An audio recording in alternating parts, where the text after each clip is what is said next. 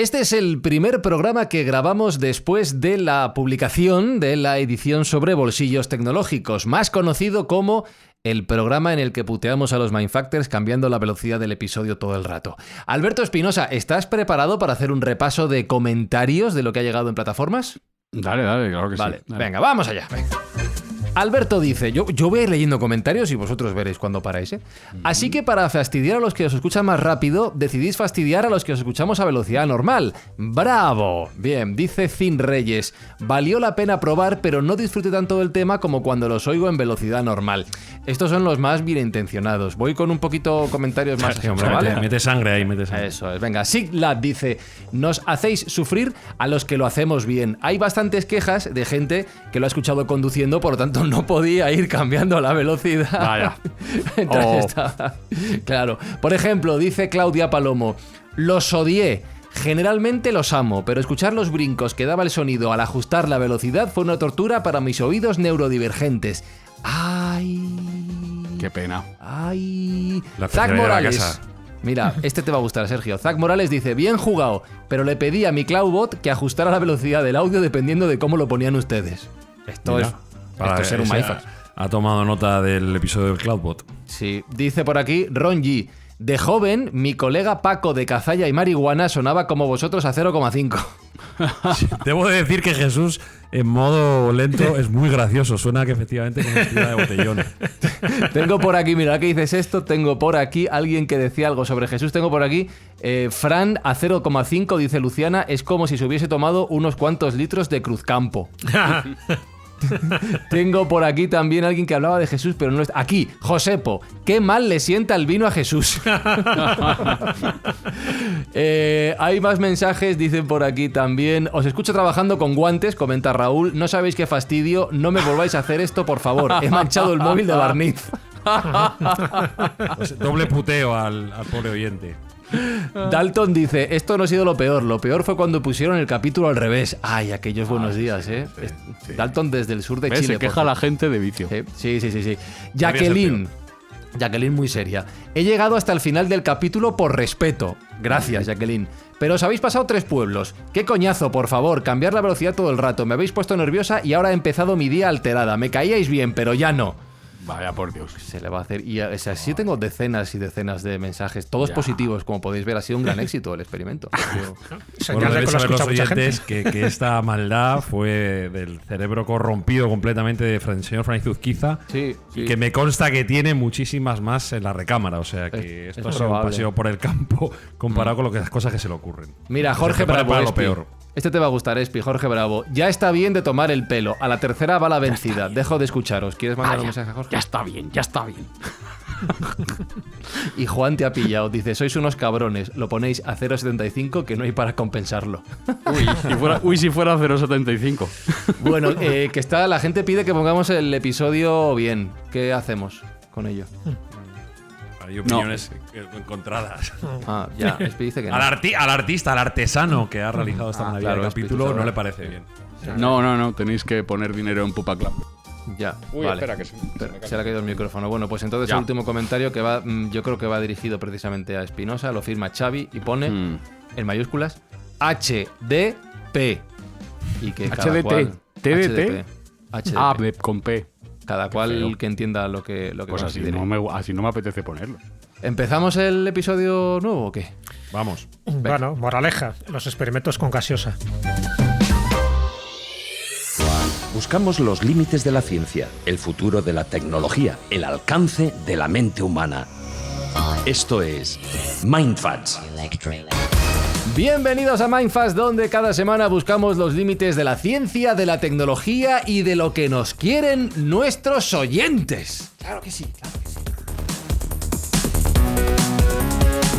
Alberto Espinosa, es puro amor, es una relación de cariño, de amistad. Que no de lo entienden, cercanía. si es para que no se amodorren, para que tengan el cerebro activo, para que jueguen, para que... Es que hay que estar ahí, hay que estar ahí. Jesús Callejo, tú que tienes más tacto con estas cosas, yo lo que le diría a la gente es, os jodéis, pero dilo tú de manera más tuya. No, que somos como niños, nos gusta jugar, nos gusta experimentar, que no se lo tomen a mal, porque al final son pequeños retos, en este caso retos auditivos. Y como bien dice Alberto Espinosa, algún día lo pondremos en velocidad normal. No, os jodéis. Sergio Cordero, yo quiero dar las gracias a la gente que ha tenido la paciencia de escuchar el episodio hasta el final, bien cambiando la velocidad o bien aguantando, como hemos visto algún caso de alguna persona que lo ha hecho hasta el final con la velocidad original, y que sepan, por supuesto, que su paciencia y su esfuerzo tiene un objetivo bonito.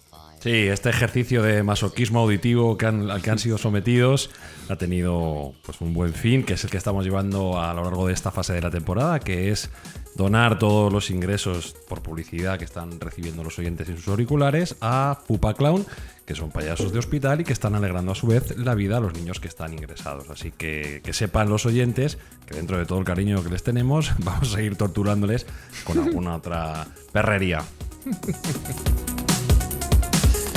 Dice Mercedes, ¿cómo disfrutáis jodiendo al personal? Os escucho trabajando y no me daba la vida para subir y bajar la velocidad. No pude acabar el programa. Mercedes, te entendemos. Ya que hemos comenzado con este repaso de comentarios, pues en tono prácticamente bélico aquí dentro del mundo Mindfactor, hoy en Mindfax hablamos precisamente de tecnología bélica.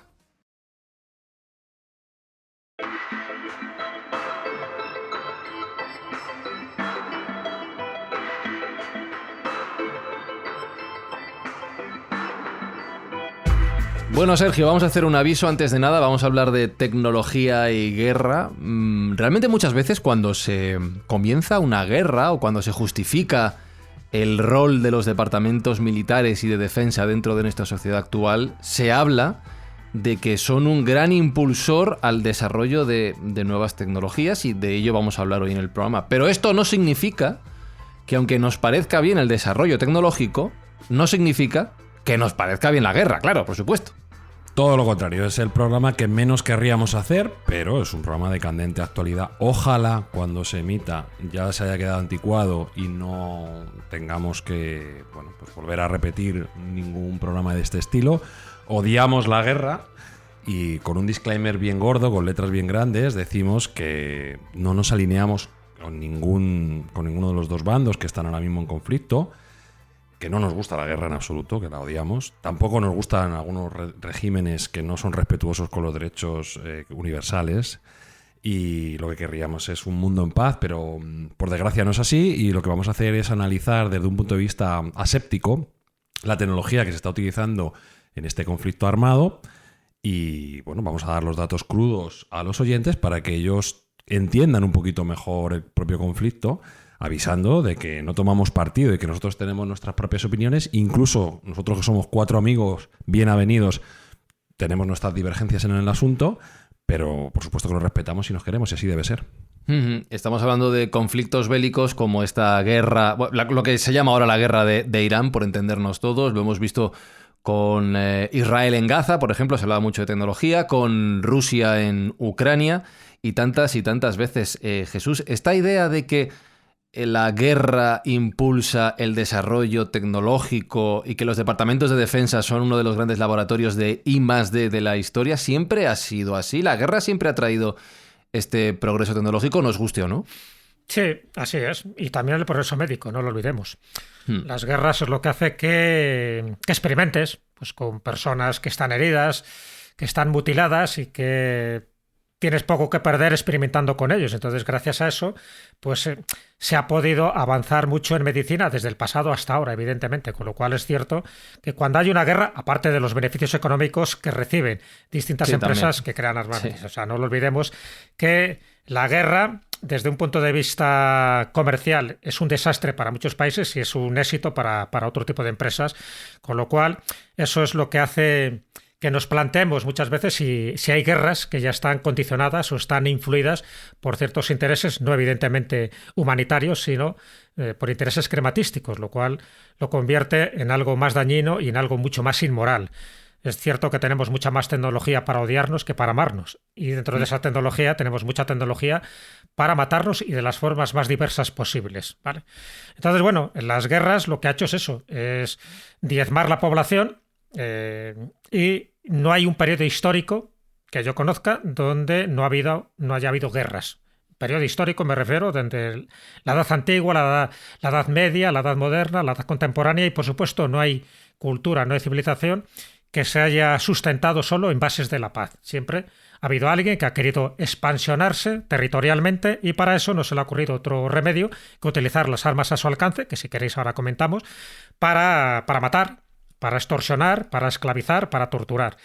Y bueno, y esa es una realidad triste, pero es una realidad de la humanidad. La humanidad ha ido avanzando, no de forma lineal, sino de forma totalmente, bueno, vamos a llamarla sinuosa, porque ha habido momentos de progreso y momentos de retroceso, momentos de evolución y de involución, y la involución siempre está referida a las guerras, ¿no? Periodos de guerra, algunos muy extendidos en el tiempo y en el espacio, otros más locales, pero todas ellas, evidentemente, han supuesto, por una parte, desarrollos más sofisticados en la guerra posterior para matar con más rapidez o con más seguridad, por ejemplo, las armas a distancia, y por otra parte, como te decía, también ha impulsado el desarrollo médico, porque gracias a eso, a que había cuerpos destripados, muchos médicos podían analizar lo que había en el interior, no se permitían las autopsias en aquella época, y bueno, pues esa es la parte, vamos a llamarla positiva, que podían tener esos avances médicos para saber dónde estaban los órganos y para saber cómo suturar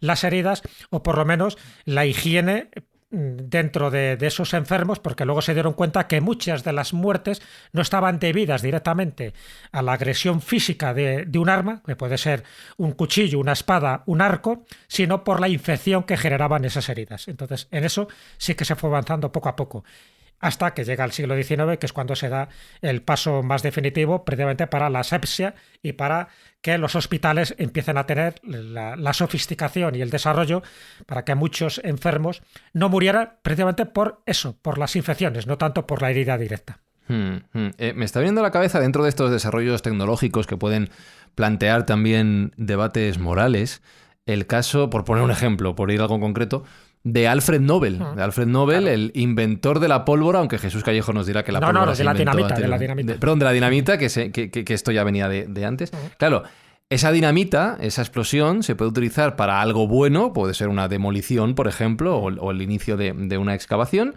o puede utilizarse para la guerra. Los premios Nobel vienen del propio dolor moral que tenía Alfred Nobel de ver su invención mal utilizada para fines bélicos, en este caso. Sí, él se dio cuenta que lo que él había inventado, que era bueno, por ejemplo, para extracciones mineras, ¿no? Precisamente para ayudar, ¿no?, a que este tipo de explosiones, porque la pólvora ya se conocía, se conocía todo este tipo de explosiones controladas, pero la dinamita, efectivamente, con esa nitroglicerina, sí servía un poco para que las explosiones fueran mucho más controladas y sobre todo dirigidas a un objetivo común, y minimizar también los riesgos. Lo que no se imaginaba Nobel en su momento, o sí, es que se iba a utilizar para cuestiones bélicas, que es lo que suele ocurrir cuando un militar ve algo que dice, esto puedo matar a distancia y sin que a mí me afecte, pues evidentemente. Sí, claro, que es lo que nos pasa hoy en día con los drones o la inteligencia artificial. Claro. Exactamente. Y bueno, y gracias a... Pero eso pasó, por ejemplo, con Henri Dunant, por ejemplo, que es el creador de la Cruz Roja. Cuando él asistió a la batalla de Solferino, quedó tan horrorizado por las muertes que allí se produjeron, que es cuando él dice, y sobre todo porque vio eso, que la mayoría de los muertos morían cuando iban a tiendas de campaña para ser asistidos. Entonces, la lentitud de las camillas y cómo eran trasladados, y luego, pues en fin, los medicamentos que había en aquel momento, estamos hablando de mediados del siglo XIX, no eran los adecuados, y él dijo, tengo que crear algo, una organización poderosa precisamente para esto, para evitar estas muertes que son innecesarias. La guerra, por desgracia, parece que no la podemos evitar porque siempre hay algún psicópata que crea una guerra, pero sí podemos evitar las muertes como consecuencia de esas guerras. Entonces, de ahí nace la Cruz Roja precisamente, ¿no? De Henri Dunant, de este filántropo suizo, que se dio cuenta de que se podían atajar muchas de esas muertes que ya te digo que provocaba la guerra. Así que sí, se podían generar muchísimas circunstancias, ¿no?, dentro de este mundo bélico, como este que acabas de decir, de Alfred Nobel. Sin su apoyo no tendríamos los premios Nobel. excluido el de medicina, que ya sabes que dedicó su dinero a los premios Nobel menos el de medicina. Luego algún día contaremos por qué el de medicina no, que al final se ha tenido que hacer un sustitutivo del premio Nobel de medicina. No, el de matemáticas. De ¿no? matemáticas, perdón, de matemáticas. Estaba yo con medicina. El de matemáticas, luego comentaremos las medallas Fields y compañía, ¿no? Y efectivamente, la dinamita lo que servía era para eso, para cosas útiles, para cosas civiles, pero eso pasa con muchísimos instrumentos, que luego han sido dedicadas al mundo bélico. Pasa también con muchos gases y con muchos productos químicos que en principio no estaban utilizados directamente para la guerra y sin embargo, fijaros en la Primera Guerra Mundial, cantidad de gases que se utilizaron precisamente para eso, para generar daño, para generar dolor y para generar muerte.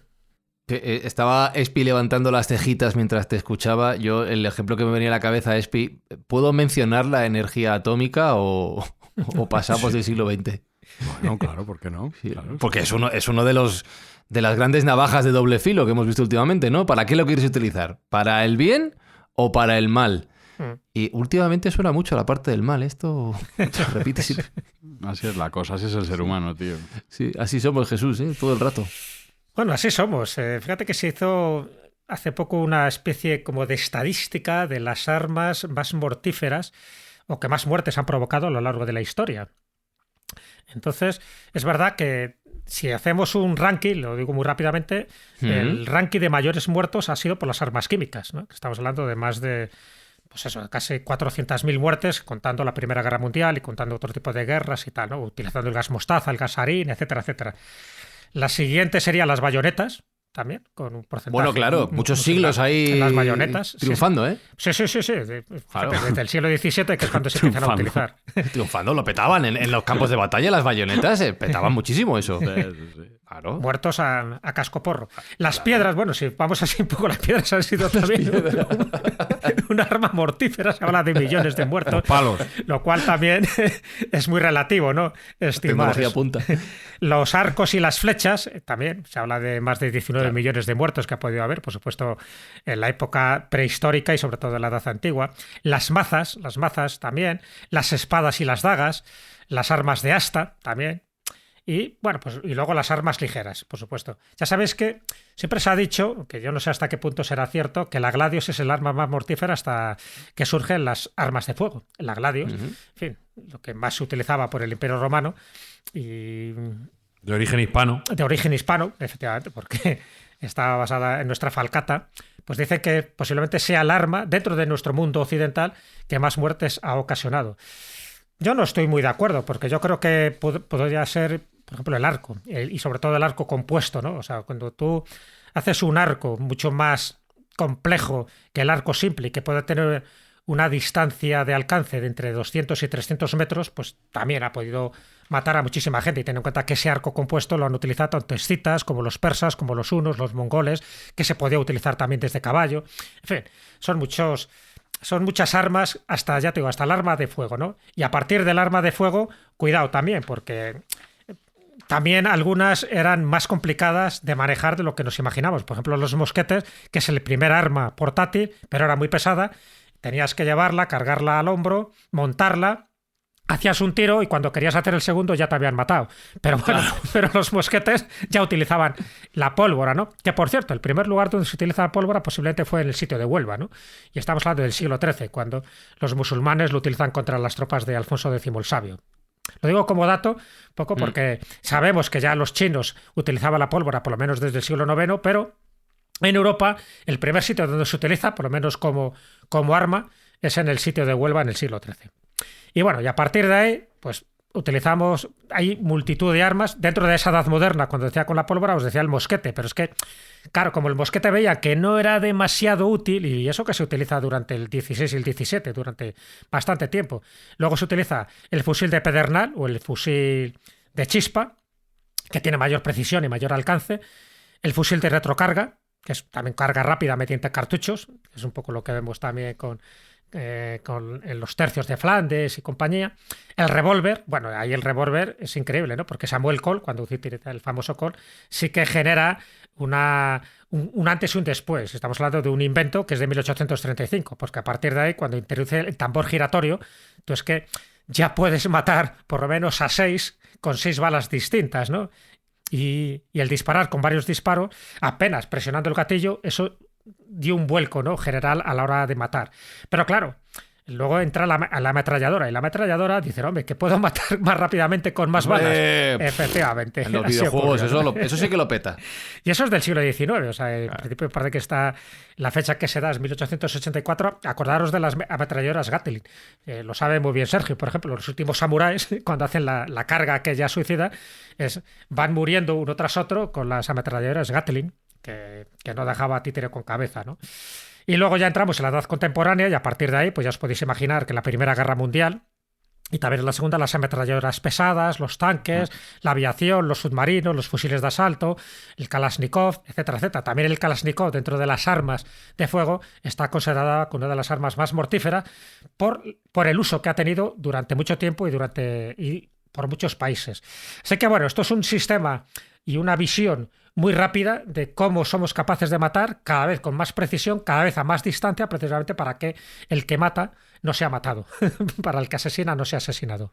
Siempre pienso lo mismo, Espi, cuando fíjate qué recorrido por la historia de la guerra nos acaba de hacer Jesús. Si todo este conocimiento, si toda esta inventiva, si toda esta creatividad se hubiera volcado en algo bueno, otro gallo cantaría, ¿eh? Bueno, ya estaría el siglo 4000, estaríamos ahora mismo, ¿no? En el 2026. En el año 4000 estaríamos.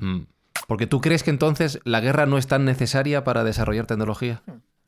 ¿Yo? No debería ser. Tú sí. Claro, Espi. no, el problema es... En absoluto, es una excusa. Claro, es una excusa, está claro. El problema, y eso sí que es un debate, ¿no? Por supuesto, el sí a la paz siempre. Pero claro, la pregunta es ¿por qué, si tenemos muy claro que es mejor convivir en paz, ¿por qué nos empeñamos siempre en guerras? ¿Y por qué no aprendemos del pasado? Si sabemos que las guerras que ha habido en el pasado, al final lo que generan es odio, es frustración, son odios que al final van a repercutir, porque los hijos y los nietos de los que han sido asesinados o han sido partícipes en un conflicto, antes o después van a tomar también sus represalias, sus venganzas. Entonces, ¿por qué siempre cometemos ese mismo error? Pues es una cuestión para debatir. Porque ¿no? somos gilipollas, Jesús. Porque somos gilipollas. Sí, esa es la explicación rápida, ¿no? Y la otra es ¿por qué nos complicamos la vida de esta manera tan innecesaria? También es verdad que, fijaros ahora, estamos en más de 7.000 millones de habitantes. Si no hubiera habido guerras, ¿a cuántos millones de habitantes ascenderíamos ahora? Con lo cual eso también generaría otro tipo de problemas adicionales que tampoco es ahora el momento de debatir. Pero es cierto que si sabemos que la guerra no conduce a nada bueno, salvo los 3 episodios que acabamos de comentar, es decir, la parte económica, la parte tecnológica y la parte medicinal que aporta la guerra, todo lo demás, que yo creo que es lo esencial, es lo que nos genera frustración, nos genera ese mal rollo de que no prosperamos y que el hombre no es el único animal que cae en la misma piedra, es el único animal que cae 1000 veces en la misma piedra, utilizando la piedra también como arma arrojadiza. Entonces sí que es un debate moral que a día de hoy, como ves, tiene difícil solución porque siempre hay algún matarife, algún dictador, algún psicópata que se empeña en utilizar la guerra como medio de disuasión o como medio de conseguir unos cuantos kilómetros más de terruño.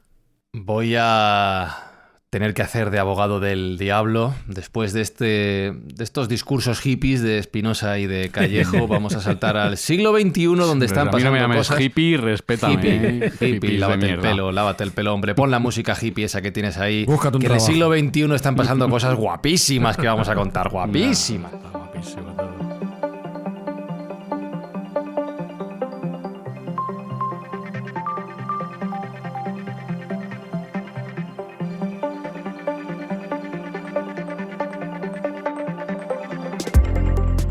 Sergio Cordero, por favor, como director de este podcast, trae la cordura a los contenidos de este programa, porque es que se nos llena esto de Flower Powers en un momento. ¿Qué es esto de paz? ¿Qué es esto de armonía universal y mundial cuando podemos desarrollar todo tipo de dispositivos? Pues que si drones, que si IA, que si misilazos.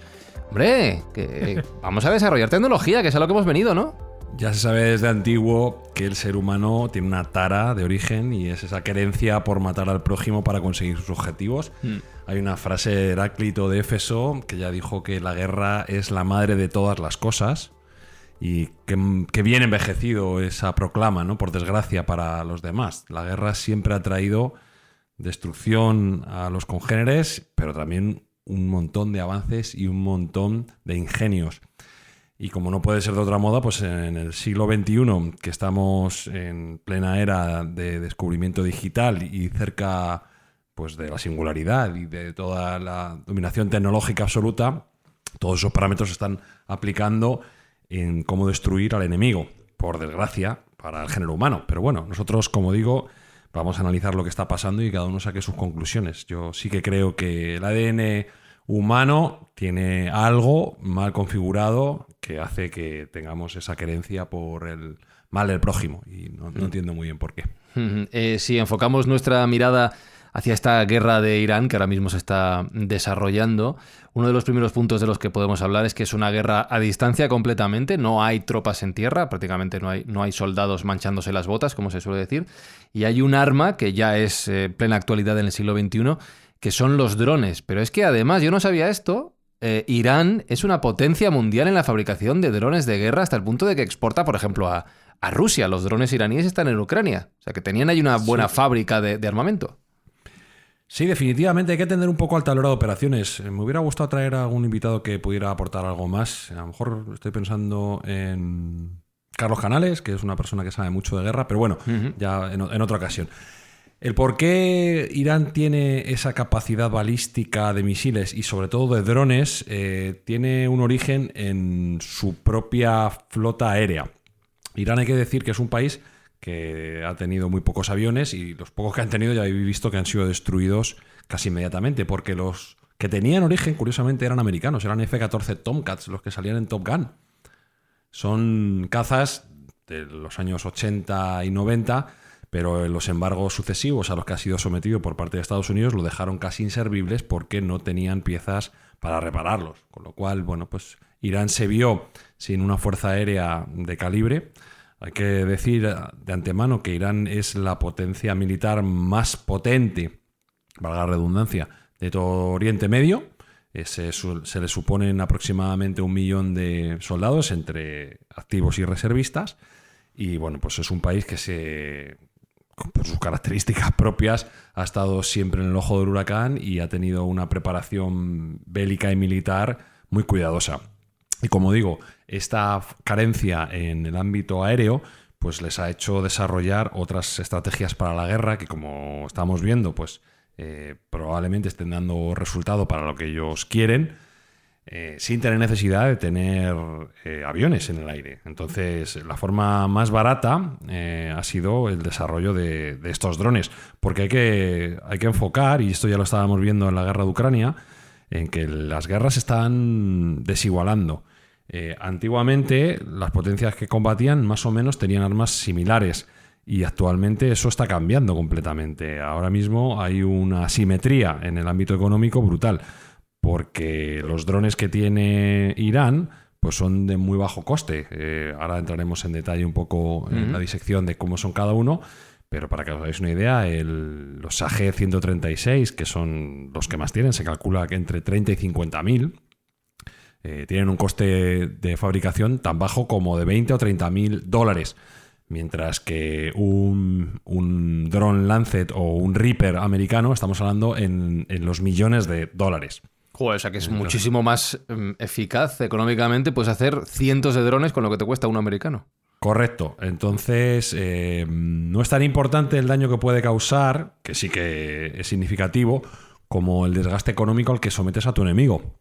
Porque tanto para interceptar como para lanzar, bueno, pues tienes una capacidad multiplicada porque los has podido fabricar en serie. Y aquí, como tú bien has dicho antes, ha habido una alianza, lo que llaman algunos el eje del mal, entre Rusia, Irán, Corea del Norte y China, que, bueno, pues entre ellos, digamos que han compartido algunos diseños, y así habíamos visto ya estos drones Shahed en la guerra de Ucrania.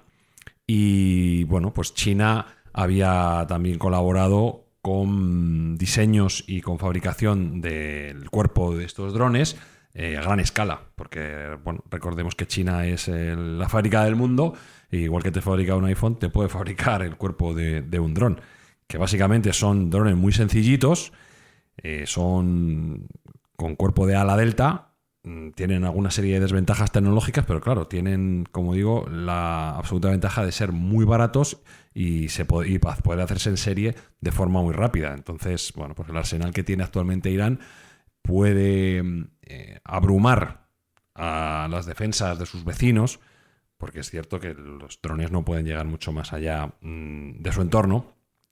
Al contrario que los misiles, de los cuales luego hablaremos también, pero sí que tienen esa capacidad, como digo, de abrumar con un lanzamiento masivo y de, bueno, pues hacer que las defensas antiaéreas se vuelvan locas, porque no saben exactamente cuántos pueden lanzar. Esa es la táctica que están usando con Israel. Les lanzan muchísimos drones, entonces colapsan el sistema de la cúpula de hierro y cuando ya la han colapsado, les lanzan un misil. Entonces pasa el misil. Sí. Bueno, ya hablaremos que los misiles hay muchas versiones y hay algunos que incluso se cree que estarían por encima de esa cúpula de hierro y bueno, pues esa es otra fase del programa en el que lo comentemos. Pero vamos, hablando de los drones. Estos drones, como digo, son muy baratos. Curiosamente, tienen un motor que viene del aeromodelismo y el motor originalmente era alemán.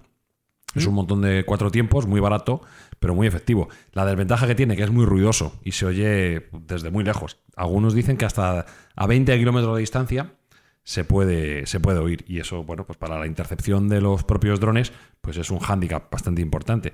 Aparte, bueno, pues los drones son pequeños, son relativamente pequeños, tienen unos 3 metros de largo y 3 metros de ancho. Tienen un alcance bastante importante, unos 1.500 kilómetros en su máximo. Si bien los sistemas que tiene de guía son bastante rudimentarios, son sistemas inerciales, no son sistemas guiados por inteligencia artificial, ni siquiera por cámaras. Y la altitud de vuelo es otra de las características interesantes que tiene, porque su forma de ala delta les permite volar muy bajo, con lo cual pueden ser difíciles de detectar con los radares convencionales. Tiene una velocidad de crucero muy lenta, para lo que es tecnología bélica, de unos 180 kilómetros por hora, pero bueno, no tienen prisa por llegar. Claro, depende de para qué los quieras usar. Claro. Estos drones principalmente se utilizan para atacar la retaguardia profunda, ¿vale? Como bien ha dicho Espi, para preparar los ataques posteriores, debilitando las defensas de los enemigos. Entonces, como son muy masivos los lanzamientos y se pueden lanzar muchos, normalmente se lanzan por la noche para que causen más desorientación y sean menos visibles. Bueno, pues no es extraño ver lanzamientos de cientos de drones simultáneos hacia una sola ubicación, con lo cual te abruman. Además tienen la ventaja de que se puede lanzar desde plataformas móviles, camiones, incluso furgonetas. Son pequeños, se pueden cargar fácil.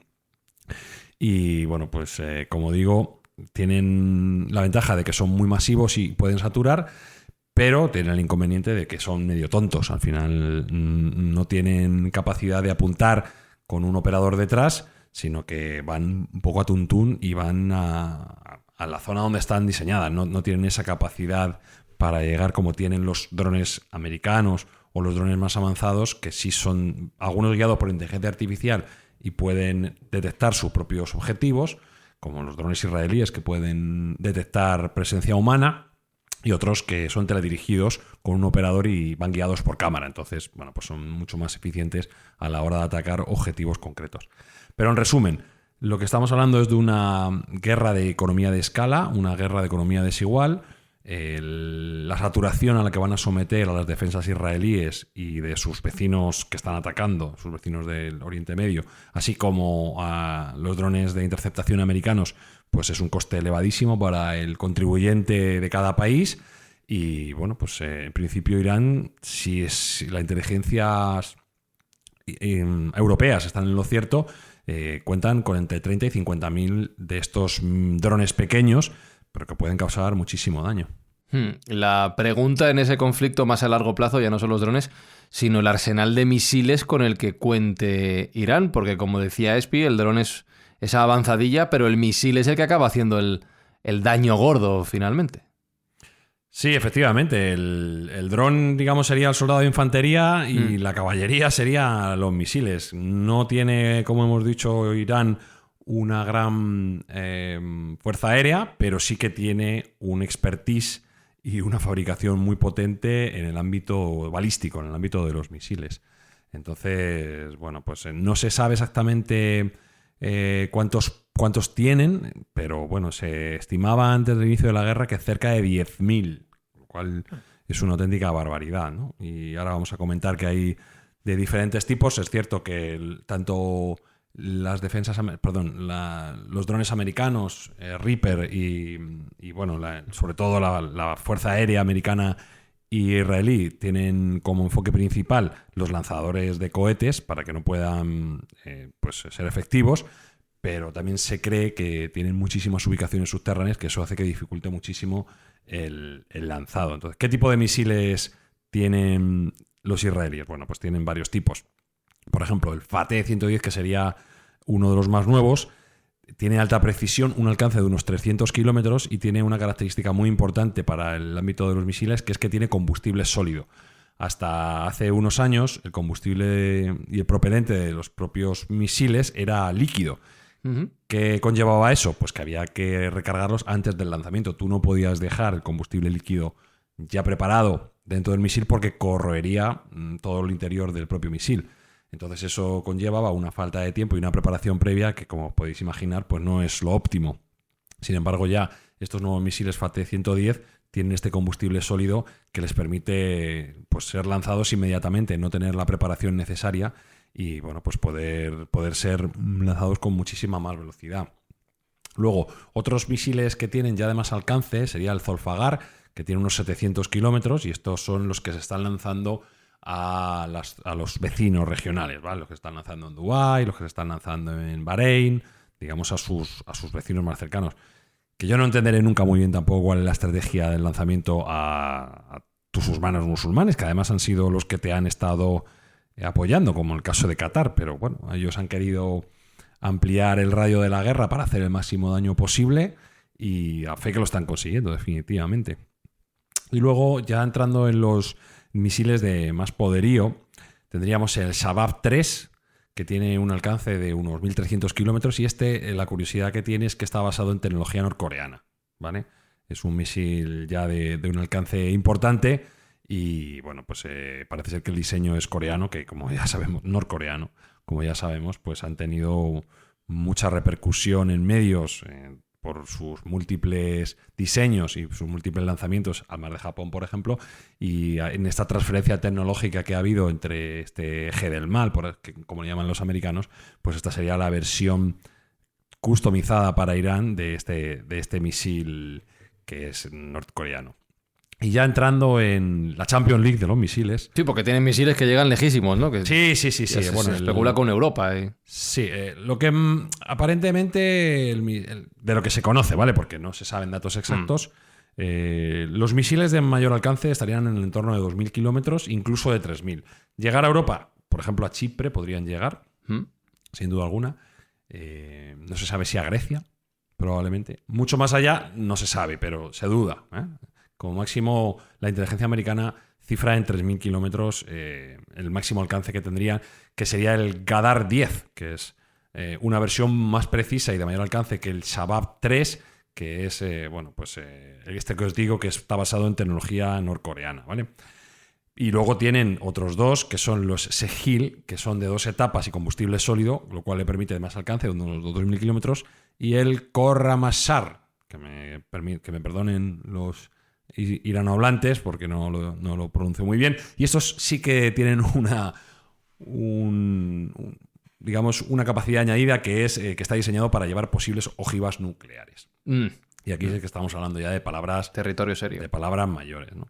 Entonces, bueno, pues esto sería un poco el desfile tecnológico que tiene Irán en cuanto a sus misiles.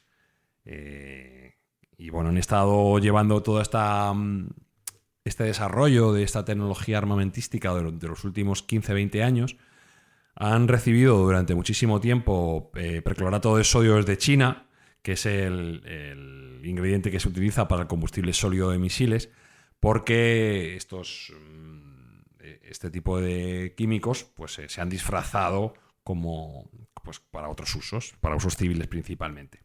Entonces se sabe, como os decía, que Irán tiene una infraestructura subterránea muy potente, incluso se le llaman ciudades de misiles, y bases reforzadas como las de Horramabad, que es donde más silos existen, y la de Tabriz, que sería la que amenaza realmente a Europa Oriental, que sería la más cercana a Europa. Bueno, llama la atención porque en las primeras horas del bombardeo que hace Estados Unidos e Israel iba precisamente contra esos silos, contra esas bases de misiles. Y aún así, diciendo que habían destruido la mayoría de ellos, a día de hoy siguen lanzando misiles, incluso hipersónicos, Irán, con lo cual quiere decir que esas ciudades subterráneas eran mucho más amplias de lo que podemos imaginar, y aunque destruyeran muchos de esos hilos, a día de hoy parece que son infinitos, ¿no? Las armas tanto de drones como de misiles que tiene Irán, porque que es una de las cuestiones que se ha debatido, que llegará un momento en que se les terminará todo ese tipo de armamento, o posiblemente tengan más de lo que se había previsto en un primer balance. ¿Tú qué opinas? Sí, probablemente se haya medido mal la fuerza de Irán. Es verdad que yo creo que los americanos y los israelíes, pero esto claro es una opinión, no tengo absolutamente ni idea, consideraban que la capacidad de respuesta de Irán sería menor. Ahora estamos empezando a ver además misiles hipersónicos, que esto ya es el Cristiano Ronaldo y el Messi de los misiles. Estamos hablando de misiles que pueden llegar a Mach 13 y que escapan a cualquier tipo de escudo antimisiles por pura física. Al final son tan rápidos que son imposibles de interceptar por ningún sistema computacional, con lo cual, bueno, pues son los que más daño están haciendo y a los que más se teme. Por suerte para los vecinos de Irán y para sus enemigos, parece ser que no tienen un grandísimo arsenal de estos misiles. Algunos cifraban en unos 3.000, que ya son unos cuantos, pero probablemente esté más cerca de los cientos de unidades, 200, 300 probablemente. Porque no nos olvidemos también que tanto israelíes como americanos llevan machacando Irán desde hace mucho tiempo. Ya el año pasado, en 2025, hubo un ataque preventivo a esas teóricas pues infraestructuras nucleares, donde ya se destruyeron bastantes silos y bastantes túneles que contenían misiles. Entonces, bueno, pues a Irán se la ha estado castigando sistemáticamente, pero a la vista está de que todavía guardan gran parte de su arsenal y no se sabe si están dispuestos a sacarlo, ¿no? O no. Has dicho más 13, estaba comprobando los números que me salían en la cabeza de 13 veces la velocidad del sonido y son apabullantemente correctos. Son casi 4.500 metros por segundo, 16.000 kilómetros por hora. 16.000 kilómetros por hora. Que también se habla de más 15, con lo cual estaríamos hablando de 18.000 kilómetros por hora. Ya, lo que sí. Bueno, cuando he dicho más 13 es la versión conservadora. Claro, eso digo, se habla de más. 15 me parece excesivo completamente. Sí, pero lo que está claro es que estamos hablando de, por un lado, los drones y los misiles por cada uno de los bandos, más luego esos escudos antimisiles a los que hacía referencia Espi, por ejemplo, en el caso de Israel, que sabemos que también lo tiene Estados Unidos, y remito, por ejemplo, al episodio sobre Groenlandia como una de las bases de la reclamación del territorio por parte de Trump para asegurar ese escudo antimisiles. Sabemos que la OTAN también lo tiene desarrollado a nivel continental europeo. Y lo que está claro con todo esto, Sergio, como decía antes, es que estas guerras ya no se baten sobre el terreno, ya no son en tierra, son guerras en los cielos. Ha cambiado el paradigma. Sí, definitivamente. Ya para batallar estas guerras no es necesario o no es tan importante tener presencia física, como dicen los americanos, boots in the ground, ¿no? Tener soldados que probablemente sean necesarios en algún momento, y no sé si los aportará Israel o los propios americanos mandarán destacamentos quirúrgicos, pero ya no hay grandes batallones porque, bueno, a la opinión pública le desagrada muchísimo la muerte de sus congéneres, como no puede ser de otro modo. Es un poco, a mí mientras no me manche, veo que, ¿no? Un poco así, claro. Sí, es cierto, y es cierto que aparentemente Estados Unidos tiene supremacía aérea, porque, bueno, no olvidemos que Estados Unidos es la primera potencia armamentística del mundo de forma destacada y además tiene el 75% de los aviones de recarga en vuelo, que esto es absolutamente esencial, porque, como digo, 3/4 partes de los aviones de recarga los tiene Estados Unidos en el mundo. Eso le permite lanzar ataques por bombardeo desde sus propias costas y desde su propio territorio. Eso es algo que ningún otro país puede permitirse en el mundo. Y así ha sido, ¿no? Los primeros compases de esta guerra fueron bombardeos selectivos de infraestructuras concretas, de, por supuesto, aniquilar cualquier mínimo resquicio de fuerza aérea que hubiera en Irán para tener, bueno, pues esa supremacía aérea que a su vez posibilita bombardeos, entre comillas, selectivos, y que, bueno, que son dirigidos a esos silos de misiles que se encuentran bajo tierra, ¿no? Con también sus bombas penetradoras, que sabemos que las tienen.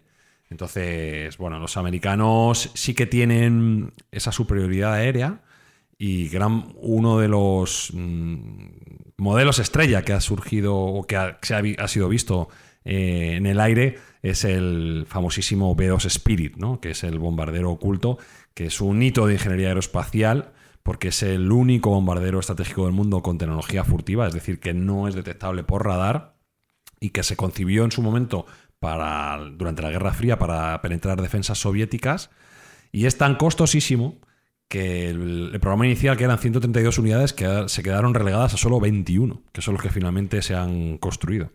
Entonces, tener en cuenta que cada unidad de esas 21 vale 2.200 millones de dólares. Es la aeronave más cara de la historia.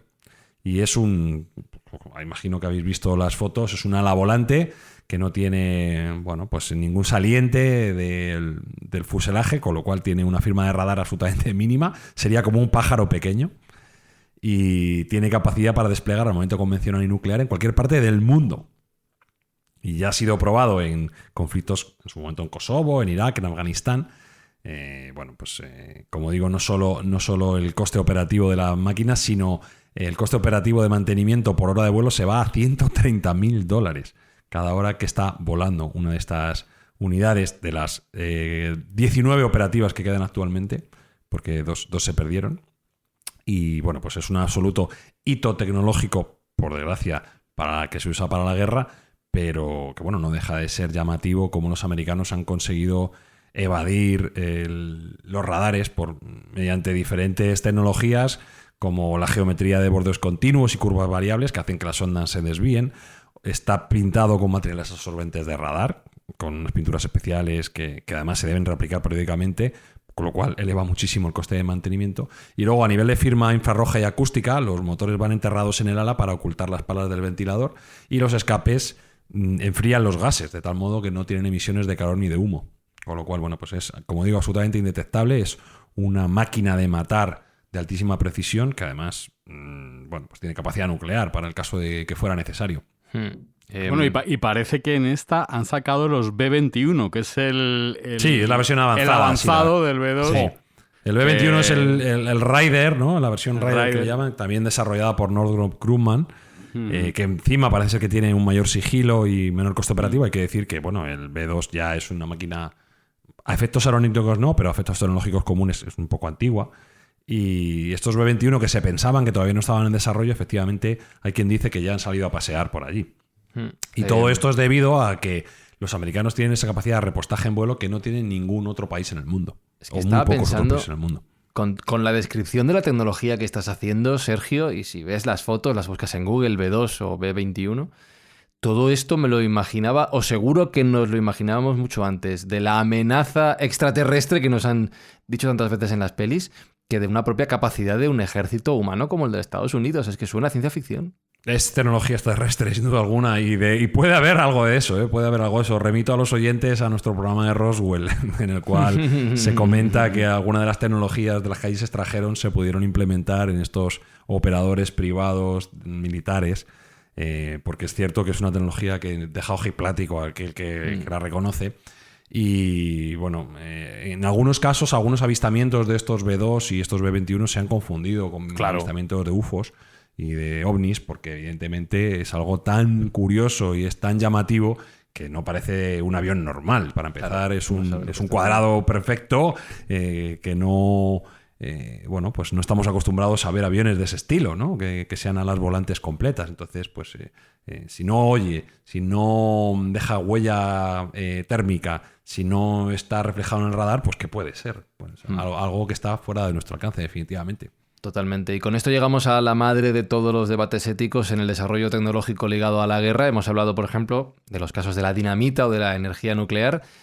Pero hay la inteligencia artificial. Sergio, ¿se puede utilizar para hacer nuestra vida mucho mejor o para acabar directamente con nuestra vida?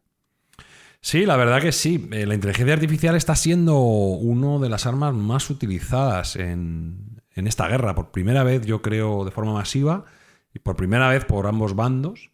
Y por una parte para intentar tener una ventaja operativa sobre el terreno, y ahora hablaremos, y por otra parte fuera del campo de batalla, en ámbito civil, y ahora también hablaremos de ello. En primer lugar, hay que decir que ha habido polémica en Estados Unidos por el uso de la inteligencia artificial aplicado a la guerra, ¿no? y hubo pues un enganchón fuerte entre el Pentágono, la Casa Blanca y Anthropic, que es el proveedor de Claude, que bueno, pues es uno de los modelos de lenguaje grandes más avanzados actualmente. Parece ser que ellos, los hermanos Amodei, que son, digamos, los dirigentes de esta empresa, rehusaron a unirse al programa militar de los Estados Unidos y por ello han sido vetados de cualquier otro programa dentro del gobierno americano. Bueno, no solo eso, sino que Trump está amenazando con clasificarles como una amenaza para la seguridad nacional prácticamente de Estados Unidos. Terroristas. Sí. Sería una gran pérdida porque debo decir que yo lo llevo utilizando un tiempo y me parece ahora mismo el mejor sistema de inteligencia artificial. Con lo cual, el daño que se les puede hacer y el que puede hacer el resto de la humanidad es elevado. Los que sí que parece que han entrado por el aro han sido OpenAI, y eso ha causado también alguna división dentro de la propia infraestructura, porque recordemos, y esto lo hablamos, una de las líneas rojas que tenía en su momento Sam Altman era que no se utilizara la inteligencia artificial para lastimar a ningún humano. Y esto Bueno, no de sé hecho, no sé si es muy compatible. Tengo entendido que Claude, o sea, Anthropic nace es creada por parte del antiguo vicepresidente de OpenAI, que no está de acuerdo con el camino que está siguiendo OpenAI, con lo cual aquí la ironía es doble. Sí, OpenAI ha tenido bastantes hijos y efectivamente Darío Amodei estuvo colaborando era uno de los vicepresidentes de OpenAI.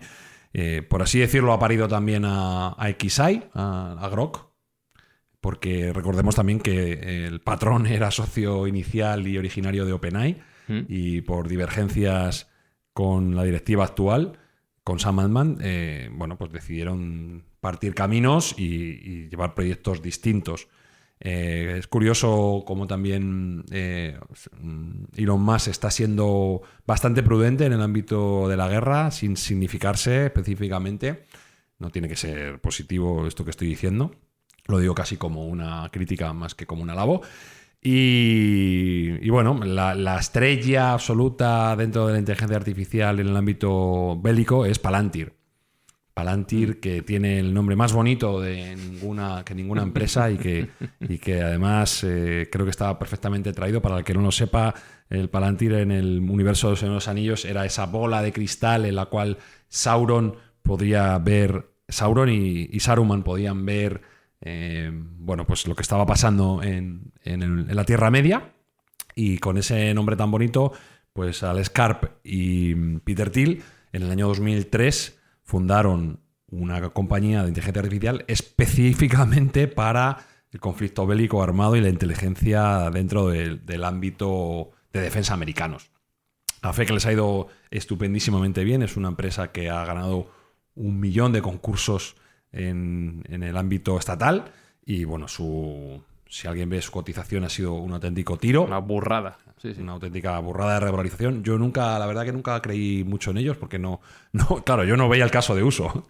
No tenía delante una guerra. Ahora efectivamente la tecnología de Palantir se está desplegando en todo el territorio bélico y bueno, pues le permite una ventaja competitiva brutal a aquellos que lo tienen, ¿no? Pues tienen lenguajes de gran escala para analizar objetivos enemigos y proponer planes de batalla en tiempo real, es decir, están viendo a los enemigos en tiempo real y están dando las instrucciones por detrás a los escuadrones y a los operadores para que causen el mayor daño posible. Tienen un producto que se llama Gotham, también una referencia al cómic, en este caso de Batman, que es su producto insignia para inteligencia militar y que organiza datos para detectar patrones y coordinar activos autónomos, es decir, coordinar drones. Ellos tienen un poco estos datos a partir de imágenes satelitales e incluso de datos que capturan en las redes informáticas para, bueno, pues parametrizar cuáles son los movimientos del enemigo y poder hacer ataques preventivos en tiempo real. Y bueno, otra serie de software que están utilizando sin ningún tipo de sonrojo. Alex Karp, que es el CEO, dice que ellos están haciendo un favor al mundo y específicamente al ejército americano. Entonces, bueno, pues aquí sí que ya la ética de cada uno es lo que marca, ¿no? No sé a vosotros, pero a mí me está invadiendo una sensación, voy a decir de asco, de asco ante efectivamente cómo se utiliza algo tan bonito como puede ser el desarrollo tecnológico, o la IA en este caso, para hacer tanto mal. Cuando los frikis se pasan al lado oscuro de la fuerza, tío. Sí, ¿verdad? Es terrible. Atentos que Jeffrey Epstein también estuvo muy involucrado con Palantir. O sea, sí. que Puso bastante pasta, sí. Están saliendo datos por ahí bastante comprometedores para esta empresa. Fíjate, Sergio, que esto ya te lo digo a título personal también. A mí me ha generado, a los dos nos gusta el tema de la inversión en bolsa, me ha generado debate ético, ya no solo qué es bueno y qué es malo, sino dónde quiere uno poner su dinero, su ayuda, su colaboración y dónde no quiere ponerlo. Así debe ser, así debe ser. Cada uno debe tener su planteamiento ético de dónde quiere invertir y dónde no. Yo en Palantir, la verdad es que no es una empresa que me guste, principalmente por lo que hace, pero tampoco le vi el recorrido, como he dicho. Obviamente el recorrido económico me equivoqué. También decía, no recuerdo qué emperador era, no recuerdo qué emperador decía que el dinero no huele cuando cobraban una tasa por la orina al resto de los romanos, ¿no? Y decía, el dinero no huele, pecunia non olet.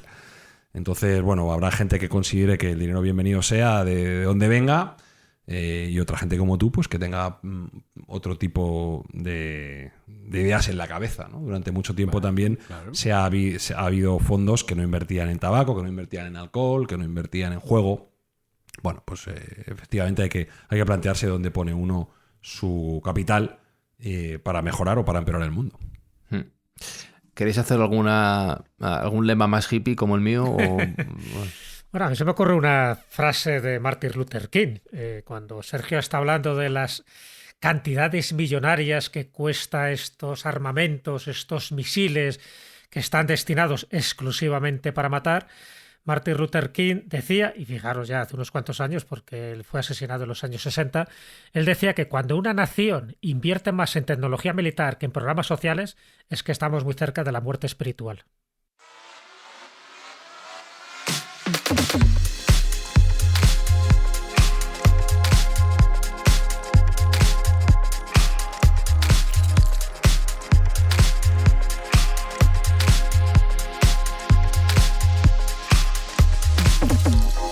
¿Tú crees, Alberto Espinosa, que estamos un poquito más cerca de la muerte espiritual con todo esto?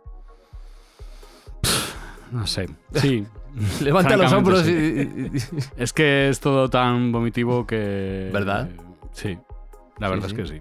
Es vomitivo porque no hay, aparte de que no hay ningún objetivo en esto, no tiene ningún sentido lo que está sucediendo. Nos va a joder a todos por igual, que a los que se están muriendo evidentemente más grave, pero económicamente nos va a joder a todos la vida por las decisiones de tres viejos con intereses espurios, y que el mundo esté realmente parado porque no podemos hacer nada contra esta gente es muy vomitivo.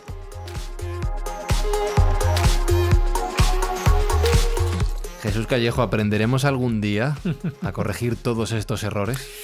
Hombre, si hacemos una visión retrospectiva de la historia, da la impresión que no es así. Vaya. Pero también es verdad que lo más llamativo es este tipo de gente, de instrumentos y de guerras. De lo que no se habla es de otra guerra mucho más pacífica, mucho más humanística, que está en contra de todo esto. Para que eso no es noticia, no sale en los telediarios. Pero hay mucha más gente que quiere la paz que de los que quieren la guerra. Para que las noticias y los muertos es lo que da titulares.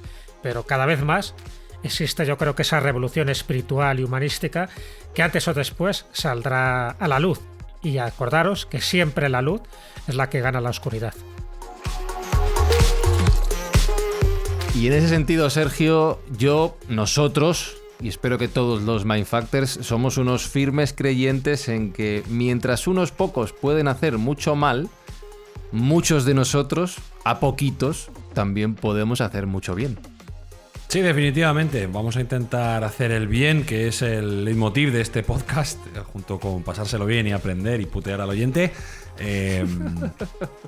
Para esta fase de la temporada colaborar con Pupa Clown, que son pues gente buena que está llevando alegrías y sonrisas a aquellos niños que están hospitalizados y que gracias a las escuchas de los oyentes pues van a recibir a estos payasos en su estancia. Entonces, pues aunque sea un tema triste como el que estamos hablando, y déjame que haga un pequeño alegato pensando que la tecnología puede ser el inicio del fin de esta ilógica querencia por hacer el mal al prójimo que es del ser humano, porque quizá cuando alcancemos la singularidad tecnológica y tengamos esta abundancia radical, ya no tengamos necesidad de desear lo que tiene el vecino, que sean...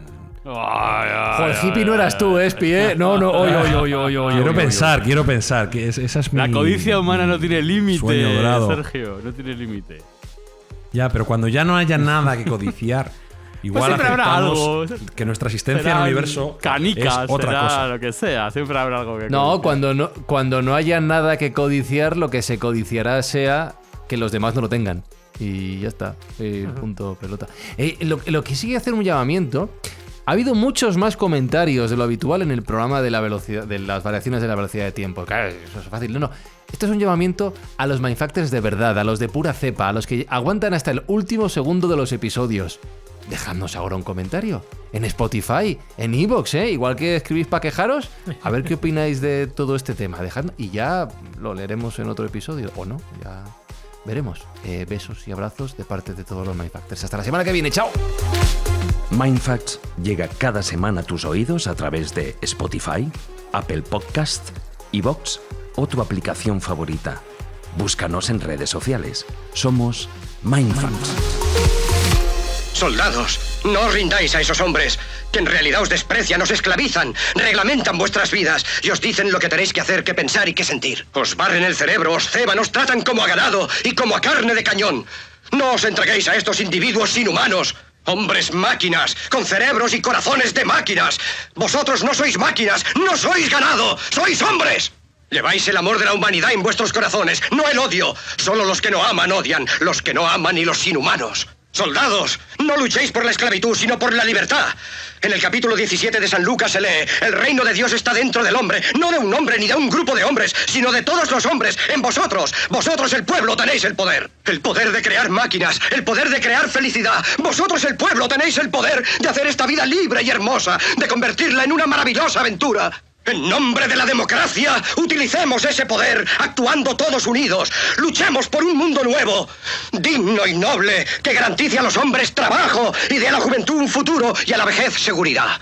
Con la promesa de esas cosas, las fieras alcanzaron el poder, pero mintieron, no han cumplido sus promesas, ni nunca las cumplirán. Los dictadores son libres solo ellos, pero esclavizan al pueblo.